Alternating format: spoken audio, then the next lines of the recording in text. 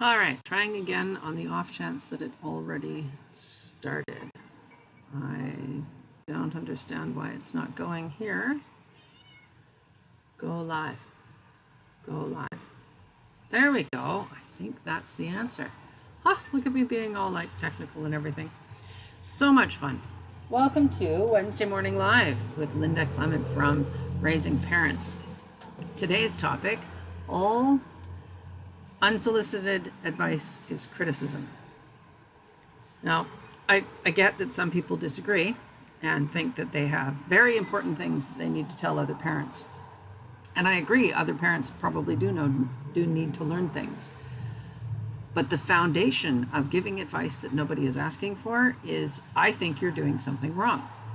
And you just can't phrase that in a way that doesn't sound like criticism of people. So in order to avoid criticizing people in this stealthy way, ask yourself, do you want this parent to know more? No, don't know. I know what I'm talking about. I really do. Ask the person that you'd like to give some information to, whether or not they want it first. Say, do you want to know more about this subject? If the answer is no, and you're dying to tell them, talk to your therapist. Because the deep and obsessive need to tell other people things is probably something you need to talk to your therapist about. Have you looked into whatever for best practices? Is another good question. You can ask a parent, have you ever looked into car seat safety best practices? And if their answer is yes, go talk to your therapist about it. If they say, no, I haven't, what do you know about it? They're asking for your advice and your input. If they say, yes, I am completely confident with my information, thanks, what they're doing is indicating very clearly that your criticism is not welcome. It's hard to look at it this way because we are so used to the idea that we're being helpful when we share information. There's a great book called What Got You Here Won't Get You There, or possibly the one that referred me to it called Your Management Sucks. And essentially, one of the things that they said was, although being the smartest person in the room is certainly going to get you to the top in some fields, adding value to a conversation because you know more than the people you're talking to isn't always welcome, and it isn't always helpful. As we all know, our own curiosity and our own interest in something is the best way to learn things. And it isn't any different when people are parents. If you say, do you have as much information and support in this area of parenting as you want? If the answer is yes, they don't want any more information and they don't want any more support.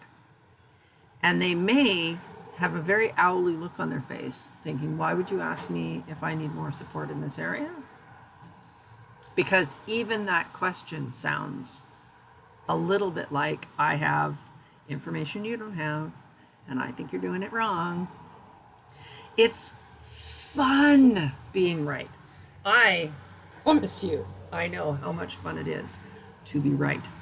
Knowing and sharing information and feeling wise is super fun. It's a lovely feeling that is very much in control. It feels safe and secure. It feels cool and sophisticated.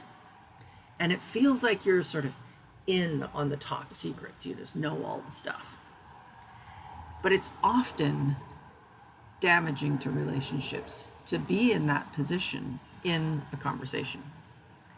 So tread gently. If you'd like to share information, you can simply say, hey, I found out this thing. Did you know this? And they can say, yeah, I knew that.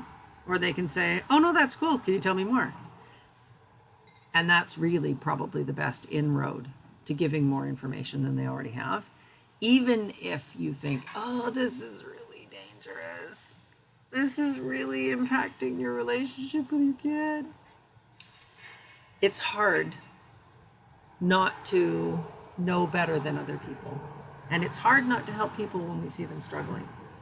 It is much more respectful to wait for them to ask for help and to indicate that help is available, but not in any particular way.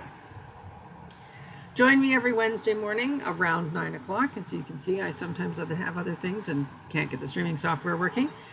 On around 9 o'clock Pacific. Also, catch me on Instagram every Thursday morning at 10 a.m. live with Reedy Batra, who owns and runs Severa Counseling. She's a clinical therapist, and we have conversations every Thursday morning on Instagram about parenting and children and what children need and what parents need and how to communicate more effectively through all of that. So if you're looking for more information, you can check out my website, message me in my private messages, or email me at lindaclement@raisingparents.net. See you next Wednesday.